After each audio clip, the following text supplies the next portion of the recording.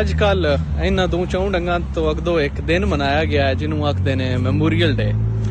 America 'ਚ memorial ਡੇ ਕਿਉਂ ਮਨਾਇਆ ਜਾਂਦਾ ਔਰ ਇਸ ਦਿਨ ਦਾ ਮਕਸਦ ਇਹ ਹੈ ਕਿ ਫੌਜ ਨੇ ਜਿਤਨੀਆਂ ਇਸ ਮੁਲਕ ਦੇ ਵਾਸਤੇ ਕੁਰਬਾਨੀਆਂ ਦਿੱਤੀਆਂ ਨੇ ਉਹਨਾਂ ਕੁਰਬਾਨੀਆਂ ਨੂੰ ਯਾਦ ਕਰਨ ਵਾਸਤੇ ਇਹ ਦਿਨ ਜਿਹੜਾ ਉਹ ਮਨਾਇਆ ਜਾਂਦਾ। ਤੇ ਮੈਂ ਇਹ ਡਿਸਾਈਡ ਕੀਤਾ ਕਿ ਸਾਡੇ ਵਾਸਤੇ ਵੀ ਨਾ ਇੱਕ ਮੈਮੋਰੀਅਲ ਡੇ ਹੋਣਾ ਚਾਹੀਦਾ, ਔਰ ਉਹ ਮੈਮੋਰੀਅਲ ਡੇ ਇੰਜ ਦਾ ਹੋਣਾ ਚਾਹੀਦਾ ਜਿਹਦੇ ਵਿੱਚ ਅਸੀਂ ਜਿਹੜਾ ਨਾ ਉਹ ਬਾਕਾਇਦਾ ਫੌਜ ਦੀਆਂ ਕੁਰਬਾਨੀਆਂ ਵਾਸਤੇ ਉਹ ਮੈਮੋਰੀਅਲ ਡੇ ਮਨਾਇਆ ਜਾਏ। ਔਰ ਉਹਦੇ ਉੱਤੇ ਵੀ ਨਾ ਇੰਜ ਦੀ ਕੋਈ ਡਰਿੰਕ ਪੈਪਸੀ ਕੋਕ ਪਾ ਕੇ ਨਾ ਤੇ ਤੁਸੀਂ ਬਾਕਾਇਦਾ ਉਹਨੂੰ ਮਨਾਉਣਾ ਇਸ ਤਰੀਕੇ ਨਾਲ ਕਿ ਤੁਸੀਂ ਟੋਸਟ ਕਰਨਾ ਹੈ ਸਾਡੇ ਸਾਰੇ DHAs ਜਿਹਦੇ ਵਿੱਚ ਸਾਡੇ ਮੁਲਕ ਦੀ ਇਲੀਟ ਵਸਤੀ ਹੈ, ਟੋਸਟ ਕਰਨਾ ਹੈ ਸਾਰੀ ਉਸ ਕਬਜ਼ੇ ਵਾਲੀਆਂ ਜ਼ਮੀਨਾਂ ਨੂੰ ਜਿਹਦੇ ਉੱਤੇ ਅੱਜ ਸਾਡੀ ਫੌਜ ਜਿਹੜੀ ਉਹ ਬਾਕਾਇਦਾ CSBਆਂ ਤੇ ਕੈਂਟ ਬਣਾ ਕੇ ਔਰ ਪੂਰੇ ਸ਼ਹਿਰ ਆਬਾਦ ਕਰਕੇ ਬੈਠੀ ਹੈ। ਟੋਸਟ ਕਰਨਾ ਹੈ ਤੁਸੀਂ ਸਾਰੇ ਉਹ ਜਿਤਨੇ ਵੀ ਜਲਸੇ ਜਲੂਸ ਔਰ ਜਿਤਨੇ ਵੀ ਲੋਕ ਜਿਹੜੇ ਫੜੇ ਗਏ ਨੇ ਇਹ 9 ਮਈ ਦੇ ਸਾਨਿਆਤ ਦੇ ਵਿੱਚ, ਔਰ ਜਿਹੜੇ ਸਾਨਿਆਤ ਬਕਾਇਦਾ ਤੌਰ ਤੇ ਮੁਨੱਕਿਦ ਕਰਾਏ ਗਏ ਨੇ, ਔਰ ਤੁਸੀਂ ਟੋਸਟ ਕਰਨਾ ਹੈ ਸਾਰੀ ਉਹਨਾਂ ਬਿਲਡਿੰਗਾਂ ਉਹਨਾਂ ਇਦਾਰਿਆਂ ਦੀ ਹੁਰਮਤ ਨੂੰ ਜਿਹਨੂੰ ਬਰਕਰਾਰ ਰੱਖਣ ਵਾਸਤੇ ਫੌਜ ਜਿਵੇਂ ਜਿਵੇਂ ਦੇ ਹੱਥਕੰਡੇ ਅਪਣਾ ਰਹੀ ਹੈ। ਇਹਨਾਂ ਸਾਰੀਆਂ ਸ਼ੀਆਂ ਨੂੰ ਟੋਸਟ ਕਰਨ ਤੋਂ ਬਾਅਦ ਤੁਸੀਂ ਐਂਡ ਉੱਤੇ ਟੋਸਟ ਕਰਨਾ ਹੈ ਹਾਫਿਜ਼ ਸਾਹਿਬ ਨੂੰ ਕਿ ਹਾਫਿਜ਼ ਸਾਹਿਬ ਨੂੰ ਰੱਬ ਜਲਦੀ ਜਲਦੀ ਉਹ ਤਾਂ ਚੁੱਕ ਲਵੇ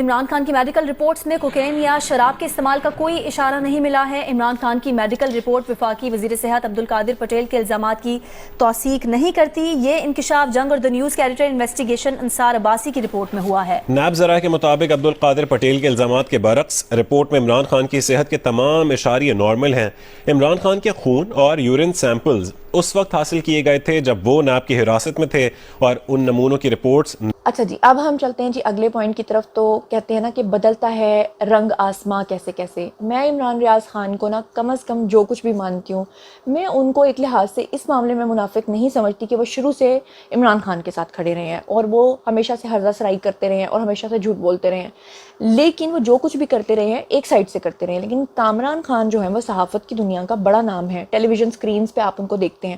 مگر یقین کریں کہ میں حیران ہوں کہ وہ شخص جو ہے 4.25 سال میں عمران نیازی کی اس حد تک چاپلوسی کرتا رہا ہے. اپنے ہر پروگرام میں وہ عمران نیازی کی چاپلوسی کرتے رہے ہیں، ان کے انٹرویوز کرتے رہے ہیں، اور اب اچانک وہ کامران خان کے سامنے آتے ہیں اور کامران خان جو آن دی فرنٹ والے ہیں ان کو کہتے ہیں آ کے کہ جناب عمران نیازی کی تو رونت ان کو لے کر بیٹھ گئی، ان کا تو تکبر ان کو لے کر بیٹھ گیا اور میری آنکھیں وہاں پھٹی کی پھٹی رہ گئیں. یہ کامران خان ہے یا چائنا کے کامران خان کا نیا سافٹ ویئر جو ہے وہ اپڈیٹ کر دیا ہے؟ ذرا پریویس اور اب کا بیان تو ذرا سنیے. پاکستان کے لیے اس سے اچھی تو کوئی صورتحال نہیں سکتی. ریجنلی بھی ہماری صورتحال ماشاءاللہ اب بہت بہتر ہو رہی ہے. 3 سال پہلے کے مقابلے میں ہم ڈپلومیٹکلی آئسولیٹڈ نہیں ہیں. ہم الحمدللہ بہت ہی ایکٹیو ممبر بن گئے. گلوبل کمیونٹی ہمارے ساتھ بہت زبردست طریقے سے انٹریکٹ کر رہی ہے. بڑا کانفیڈنس ہمیں فیل ہو رہا ہے کہ جی کہ ہم اس ریجن میں بھی انڈیا اب آئسولیٹ فیل ہو رہا ہے. ہم الحمدللہ پاکستان جو ہے، ہم پاکستان کے لیے بڑی اچھی بات ہے، ہم کمفرٹیبل فیل کر رہے ہیں. سی پیک کی کیا کنڈیشن ہے، چائنا کے ساتھ ہمارے ریلیشن شپ کیسے ہیں، ان کو اس سے باز رکھنے کی کوشش کی. انہوں نے کسی کی کوئی بات نہیں مانی. وہ ایک ضدی آدمی تھے، وہ اپنی اکڑ میں تھے، اور اللہ تعالیٰ کو کسی چیز سے اگر ناراضگی ہے تو وہ اکڑ سے ہے، تکبر سے ہے اور غرور سے ہے. اب چلتے ہیں جی اگلے پوائنٹ کی طرف. تو میں آپ کو بتا دوں کہ جسٹس سردار طارق نے پاناما کیس میں جو جماعت اسلامی کو ننی یاد کروائی ہے اس کے بارے میں آپ لوگوں نے مجھے ضرور بتانا ہے کہ آپ کو پتا ہے کہ اقامہ سے شروع کر کے انہوں نے پاناما تک پہنچایا کیس کو.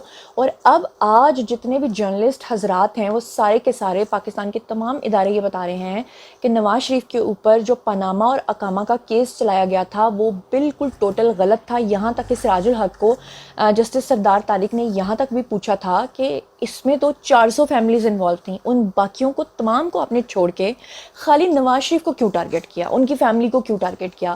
نواز شریف صاحب جو ہیں وہ اپنا سارا معاملہ اللہ کی ذات پہ چھوڑ چکے تھے، اور آج اللہ تعالیٰ نے ان کو کس طرح سے سرخرو کیا ہے وہ بھی آپ دیکھیے. نواز شریف کیا کہہ رہے ہیں ان کا ویڈیو بھی آپ دیکھیے. اور ساتھ ہی ساتھ میں آپ کو اعتزاز احسن کا ویڈیو دکھانا چاہتی ہوں کہ نیازی صاحب کے دور میں وہ اتنا زیادہ خلاف بولتے تھے نواز شریف کے، یہاں تک کہ وہ کسی بھی اینکر پرسن کو نواز شریف کا نام بھی نہیں لینے دیتے تھے. وہ کہتے تھے کہ نواز شریف کا نام بھی مت لو کیونکہ سیاست کی دنیا سے ان کا نام مٹ چکا ہے، ختم ہو چکا ہے. اور آج وہی اعتزاز احسن کہہ رہے ہیں کہ اگر کوئی پاور، اگر کوئی طاقت کا منبع ہے پاکستان کے اندر، کوئی فیصلے کر رہا ہے تو وہ نواز شریف ہے. اور آپ یہ سوچئے کہ نیازی صاحب جو ہیں وہ ماضی میں کیا کچھ کہتے رہے ہیں کہ نواز شریف کا نام ختم ہو گیا ہے، باہر جا کر بیٹھ گیا ہے. اسی نواز شریف کے لیے اللہ تعالیٰ نے کیسا سبب پیدا کیا ہے کہ آج وہ نیازی جو ہے وہ گڑ گڑا کر معافیاں مانگ رہا ہے. پہلے آپ ذرا وہ والا ویڈیو دیکھیں اور پھر اعتزاز احسن کا ویڈیو دیکھیں. آپ ہمارا ساتھ دیں، آپ بالکل نہ گھبرائیں، ہچکچائیں نہیں. اب تو فیصلے کا وقت آیا. اور ویسے بھی میں آپ کو یہ بتا دوں کہ ذلت کی زندگی جو ہے نا وہ نہیں بندہ گزار سکتا. کوئی تھوڑی بہت عزت والا بندہ جو ہو وہ ذلت کی زندگی نہیں گزار سکتا. اور اب اپنا کیا اب اس سے زیادہ کیا ہوگا. اور مجھے ممکن ہے یہ ایسا کوئی فیصلہ سنا دیں، لیکن میں اس سے گھبراتا نہیں ہوں. میں پاکستان کا سوچتا ہوں، میں ملک کا سوچتا ہوں، یہاں کے 22 کروڑ عوام کا سوچتا ہوں. میں جو اس وقت موسٹ پاورفل پرسن ہے پاکستان کی، جو قسمت کے یہ سارے فیصلے اس کی اجازت کے بغیر کوئی مانیٹری فنڈ کے ساتھ، IMF کے ساتھ کوئی سمجھوتا نہیں ہوگا. اور یہ جو بدترین قسم کا پروپیگنڈا اب برطانیہ کے اندر جاری ہے، پہلے یہ پاکستان میں جاری تھا. آپ کو پتا ہے کہ نیازی صاحب نے 5000 ولاگرز کو جو ہے وہ اپنے پاس ہائر کیا ہوا تھا، منتھلی ان کو پیسے دیتے تھے، ان کو لیپ ٹاپس دیتے تھے. اور یہاں تک کہ انہی کی سوشل میڈیا ٹیم کا ہینڈلر جو ہے ڈاکٹر فرحان ورک اس کا نام ہے، آپ خود سن لیجئے کہ وہ کیا کچھ بتا رہا ہے کہ کس طرح سے ان سے یہ سارا پروپیگنڈا کروایا جاتا تھا. پرسنلی دیکھتے ہو خود ایکسپوجر ہوتا ہے آپ کا، تو آپ کی سوچ کا لیول مختلف ہو جاتا ہے.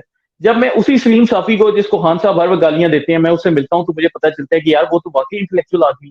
ادھر تو ہمیں کہا جاتا تھا کہ یہ بندہ پیسے لے کر ہر بندے کے اوپر حملے کر دیتا ہے، اور یہ بندہ جو باتیں کر رہے ہیں یہ تو بالکل جینوئن باتیں کر رہے ہیں. اور اسی طرح ہی باقی صحافیوں کے ساتھ جب میں ملا تو تب مجھے پھر سے شوق ہوا کہ یار یہ اصل میں کچھ اور تھا، ہم ہی سے کچھ اور کہتے رہے ہیں. تو ان چیزوں کی وجہ سے نا پھر بندے کو بعد میں احساس ہوتا ہے کہ یار ہم نے ان لوگوں کے اوپر ایک دور میں غلط اٹیک کیے، غلط حملے کیے، ہم نے ان کو غلط گالیاں دی.